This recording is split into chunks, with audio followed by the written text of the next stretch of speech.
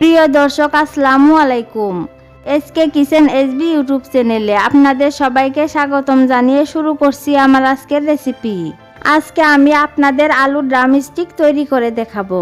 Chicken ছাড়াই যে এত মজার ড্রামস্টিক তৈরি করা যায় তা আপনারা বাসায় ট্রাই না করলে এর স্বাদ বুঝতে পারবেন না। তো চলুন রেসিপিটি দেখে নিচ্ছি। রেসিপিটি তৈরি করার জন্য আমি এখানে মিডিয়াম সাইজের 3টি বয়েল করা আলু নিয়েছি। এবার একটি কাঁটা চামচের সাহায্যে আলুগুলোকে ভালোভাবে ম্যাশ করে নিতে হবে। আপনারা চাইলে হাত দিয়ে অথবা আলু মেশার দিয়েও আলুগুলোকে ম্যাশ করে নিতে পারেন। এবার এর মধ্যে দিয়ে দিচ্ছি মিডিয়াম সাইজের একটি পেঁয়াজ কুচি, দিয়ে দিচ্ছি 2টি কাঁচামরিচ কুচি, হাফ টি স্পুন ভাজা জিরার গুঁড়া, হাফ টি স্পুন চিলি ফ্লেক্স। আমি এখানে 1 প্যাকেট ম্যাগি মশলা দিয়ে দিচ্ছি। আপনারা চাইলে ম্যাগি মশলার পরিবর্তে গরম মশলার গুঁড়াও দিতে পারেন। দিয়ে দিচ্ছি স্বাদমতো লবণ, 2 টেবিল চামচ ফ্রেশ ধনিয়া পাতা কুচি, আর দিয়ে দিচ্ছি 2 টেবিল চামচ কর্নফ্লাওয়ার। আপনারা চাইলে কর্নফ্লাওয়ারের পরিবর্তে চালের গুঁড়াও দিতে পারেন। এবার এই সবগুলো উপকরণ আলুর সাথে ভালোভাবে মেখে নিতে হবে। আমি সবগুলো উপকরণ আলুর সাথে ভালোভাবে মেখে নিয়েছি। এবার হাত ভালোভাবে ওয়াশ করে হাতে সামান্য পরিমাণ তেল মেখে নিতে হবে। এতে করে নাস্তাটি শেপ দেওয়ার সময় আলুর মিশ্রণ হাতে লেগে যাবে না। এবার পরিমাণ মতো আলুর মিশ্রণ নিয়ে 2 হাতে তালুর সাহায্যে প্রথমে গোল বলের মতো করে নিতে হবে। তারপর বলটাকে সামান্য একটু লম্বা করে এভাবে চ্যাপ্টা করে নিতে হবে এবং এর মাঝ বরাবর আমি একটি আইসক্রিমের কাঠি বসিয়ে দিচ্ছি।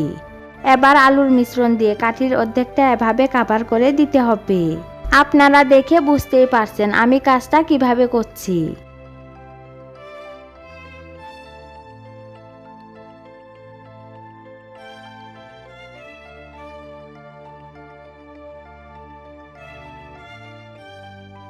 এই তো অনেক সহজেই আমি একটি নাস্তার শেপ রেডি করে নিলাম। এবার নাস্তাটিকে একটি প্লেটে রেখে দিচ্ছি। আর একইভাবে আমি সবগুলো নাস্তার শেপ রেডি করে নিয়েছি। এবার এগুলোকে সাইডে রেখে দেব। আর এদিকে একটি বাটিতে 2টি ডিম ভেঙে নিচ্ছি।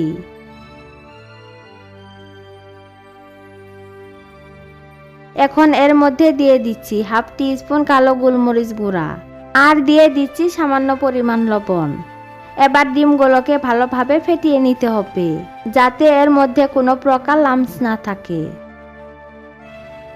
এবার এখান থেকে একটি নাস্তা শেপ নিয়ে ডিমের ব্যাটারে ভালোভাবে ডিপ করে নিতে হবে।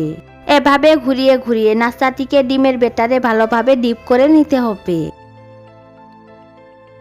ডিমের ব্যাটারে ভালোভাবে ডিপ করা হলে নাস্তাটিকে ব্রেড ক্রাম্বসে ভালোভাবে কোট করে নিতে হবে।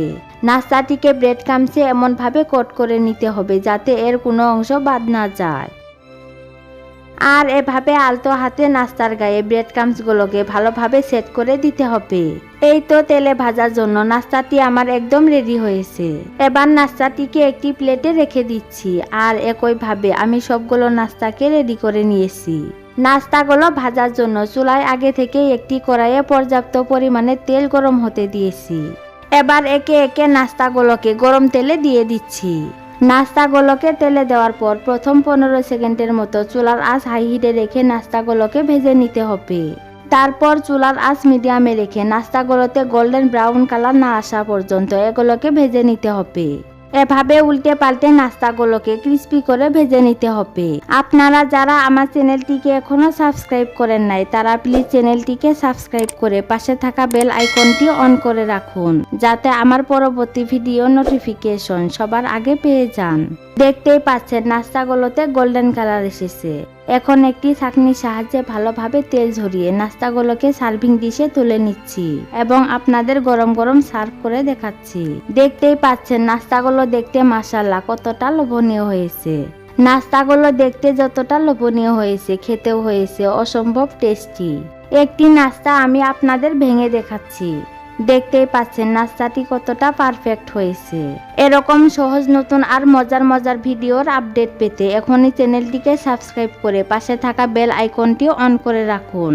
পরবর্তী ভিডিও দেখার আমন্ত্রণ জানিয়ে আজকের মতো বিদায় নিচ্ছি। সবাই অনেক বেশি ভালো ও সুস্থ থাকবেন। আল্লাহ হাফেজ।